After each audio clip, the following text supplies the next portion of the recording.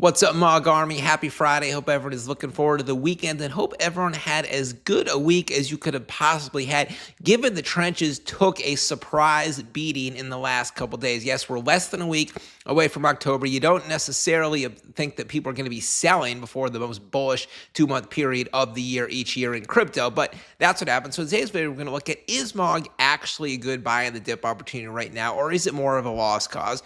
We're going to look at what the community is saying, and then I'm going to look at some specific catalysts that can and will trigger MOG to start pumping hard. So MOG is currently at about 250 million market cap. That is 85% off its all-time high of 1.6 billion set last December when it got the coveted Coinbase listing, and it's about 60% off its local high, which was set 2-3 months ago in early July. That was when the whole market heated up. Memes were up across the board. It was about 800 million right there.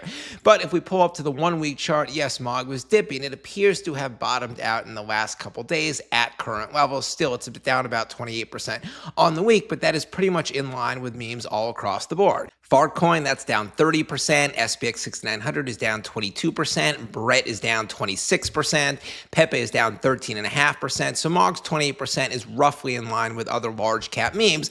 Part of the reason is obviously it's just a random dip in the last couple days, but also Aster sucked a lot of the liquidity away because Aster is a multi-billion-dollar project. It rose 0 to $3.4 billion in a little over a week. It's been mostly whales aping it since it's such a high market cap. So it's essentially stealing a lot of liquidity away from large cap coins like this, as opposed to smaller day traders who put $1,000 to $2,000 in a couple different meme coins.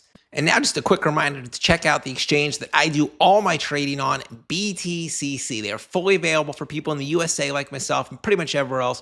No VPN or KYC is needed. They are a top 30 spot exchange in the world and a top 20 futures exchange. Additionally, they have 2 new campaigns going on. I haven't really talked about these too much. There is the Token 2049 Futures Trading Volume Challenge. $20,000 USDT prize pool. That contest ends in 4 days on September 30th. Then this one here, it's a new one featuring Jaren Jackson Jr. of the NBA's Memphis Grizzlies. It ends at the end of October. You have one more full month. It's a $178,000 USDT prize pool. It's a referral-based campaign. If you want to sign up for either of these two or just create an account at BTCC and get up to $10,000 in bonuses, use these links at the top of the description area right there. Now, I'm especially surprised that a bunch of people sold off the entire market in the last couple days because we're less than a week away from October. I've shown this chart before.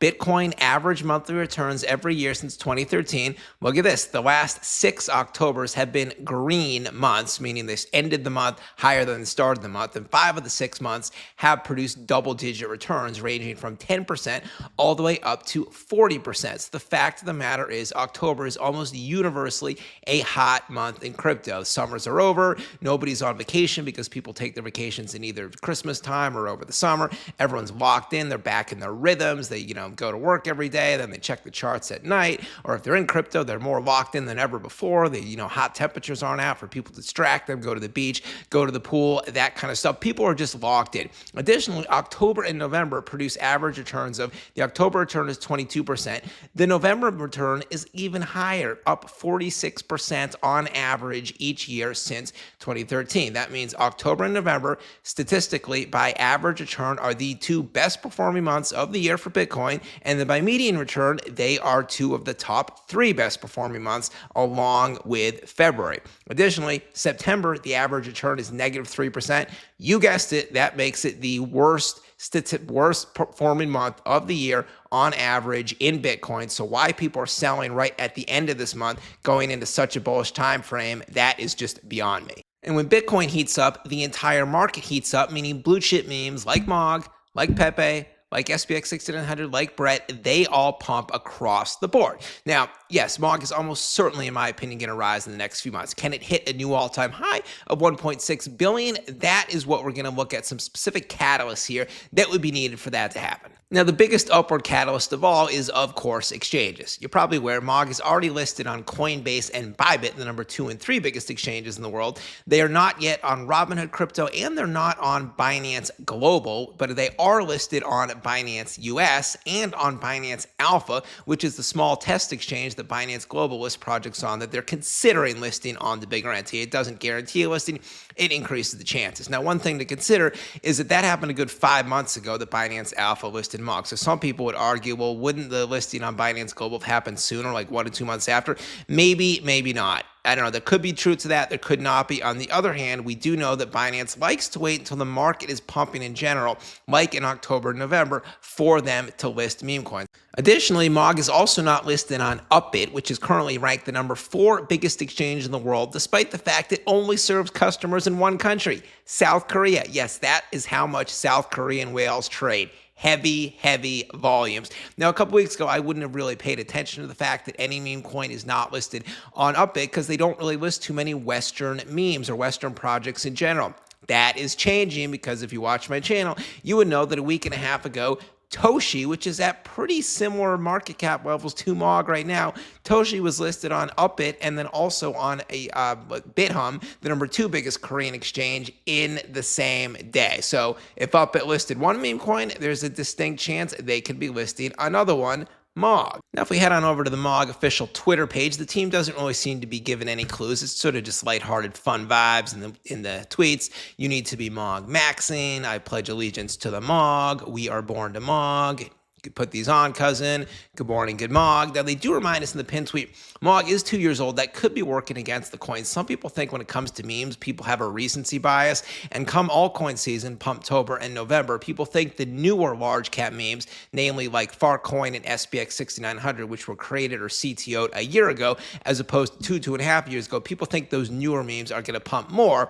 Whereas the memes that have already been around for 2 to 2.5 years, like MOG, Pepe, Turbo, aren't going to pump as much. That's tough to say. I don't know if that's true or not, but it is a variable to consider. Now, let's see what the community is saying, and it is about as mixed bag as I have ever seen. We have this person saying Mogtober is coming up. That is bullish.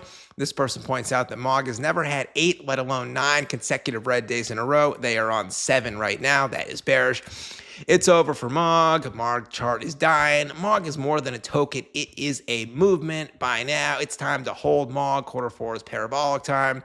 Remember, MOG would bounce 20% on days like this. It doesn't happen anymore. That's a bearish post.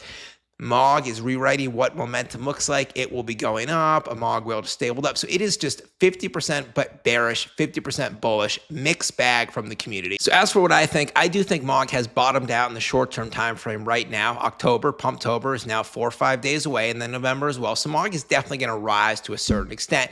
It is a blue chip meme. Will it hit all-time highs? Will it just pump to wazoo? It depends on the Binance listing. Now, I cover another project called Toshi, which is in a similar identical place with their maybe getting listed on Binance. Toshi, the dev and team have been dropping a few more clues. I think that project has an 80 to 90% chance of getting listed on Binance within the next month or two. MOG, I'd say it's a little bit less, maybe 60%, 50 to 60%. I'm just not seeing as many clues from the team. It could very well happen. We know that Binance does like to make sure that projects are continuing to dev and work, etc. They want new partnerships, new developments. So are they looking at that? Do they think that's good for MOG? Do they think the team is kind of just sort of, on sleep mode? I don't know, but I am definitely bullish on MOG. It just depends on how much it will go up. You do your own due diligence yourself. I'll be back later with a new video. Bankrupt signing out. Catch you later.